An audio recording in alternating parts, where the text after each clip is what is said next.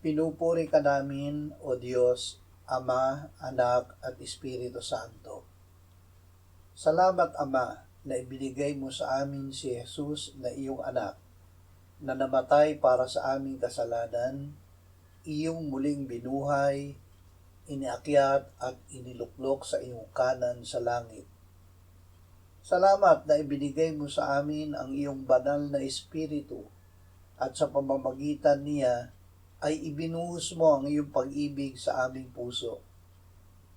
Panginoong Hesus, namuhay ka na anak ng tao, ngunit gumawa ka ng mga gawa ng Diyos dahil nanahan sa iyo ang Espiritu Santo, ang Espiritu ng karunungan at ng udawa, ng payo at ng kapangyarihan, kaalaman at takot sa Panginoon.